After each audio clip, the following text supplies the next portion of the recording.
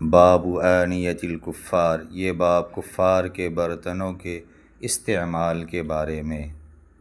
عن ابی ثعلبة الخشنی رضی اللہ عنہ قال قلت یا رسول اللہ انا بأرض قوم اہل الكتاب افنأکل فی آنیتهم فقال لا تأکلوا فیها الا ان لا تجدوا غیرها فاغسلوها وکلوا فیها۔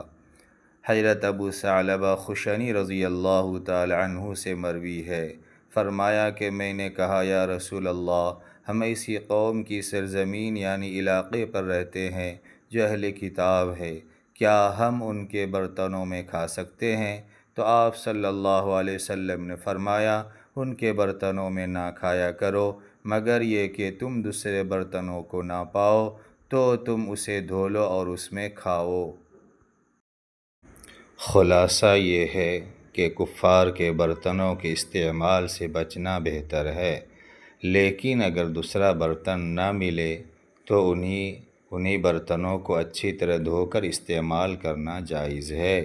یہ احناف کا موقف اور مسلک ہے اور اسی پر حدیث سے دلیل ملتی ہے۔